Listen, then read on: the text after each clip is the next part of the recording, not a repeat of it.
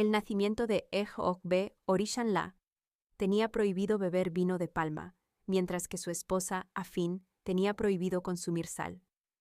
Resaka y Mu-Emo, Afín, Kai, Ge y yo.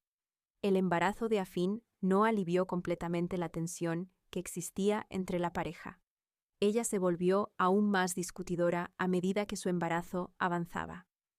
9 meses después, nació un hijo. Poco después del nacimiento, Orishanla se dio cuenta de que no había comida en la casa para alimentar a la madre.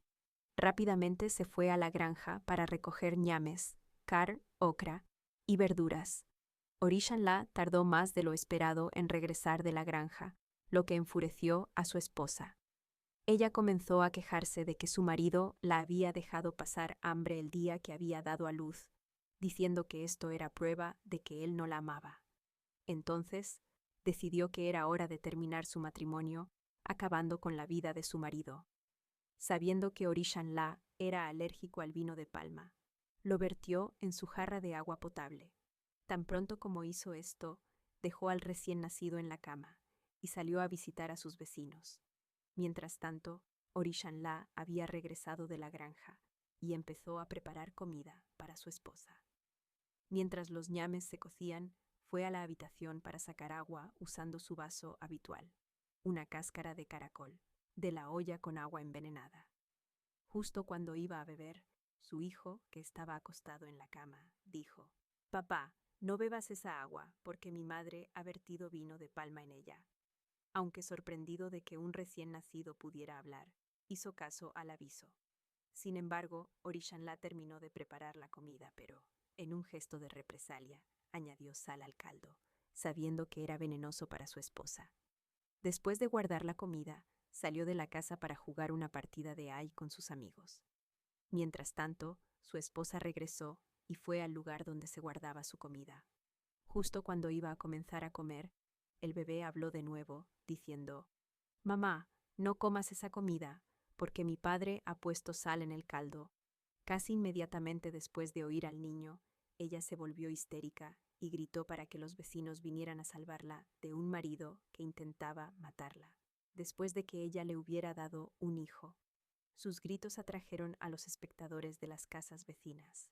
Poco después, se convocó una reunión de las divinidades en la casa de Orishanla. Él recibió la citación mientras jugaba Ai y permaneció tranquilo durante todo el tiempo. Fue Gun quien presidió la conferencia, ya que Orishanla, el presidente tradicional, se encontraba esta vez en el asiento del acusado.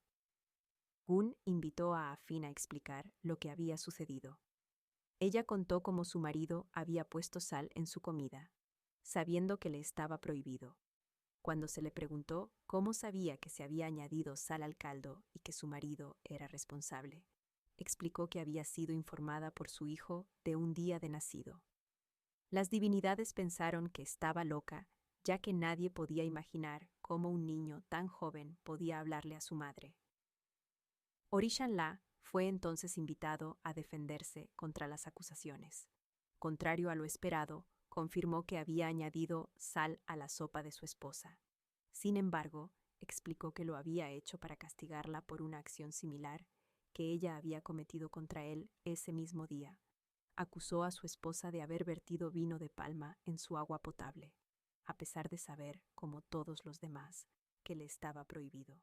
Cuando se le preguntó cómo sabía sobre la supuesta acción de su esposa, también explicó que había sido su hijo recién nacido quien le había advertido que no bebiera el agua, porque su madre había vertido vino de palma en ella. Todos los ojos se volvieron entonces hacia el niño, quien ya era considerado un ser misterioso.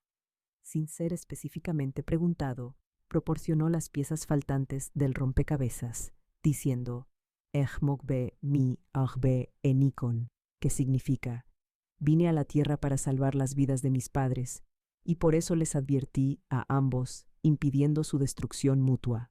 En consecuencia, no sorprendió que 7 días después, cuando llegó el momento de nombrarlo, sus padres decidieran llamarlo Ejogbe, o salvación doble. Esta primera obra de Ejogbe en la tierra se divide de tal manera que, cuando aparece durante la ceremonia de iniciación en el Gbodo, se requiere que todos los materiales sacrificiales estén en parejas: 2 cabras, 2 pollos, 2 caracoles, 2 peces, 2 ratas, etc. Cuando Eshogbe aparece en el Jbodo, siempre se vierte sal y vino de palma sobre los materiales de iniciación en conmemoración de los acontecimientos que tú,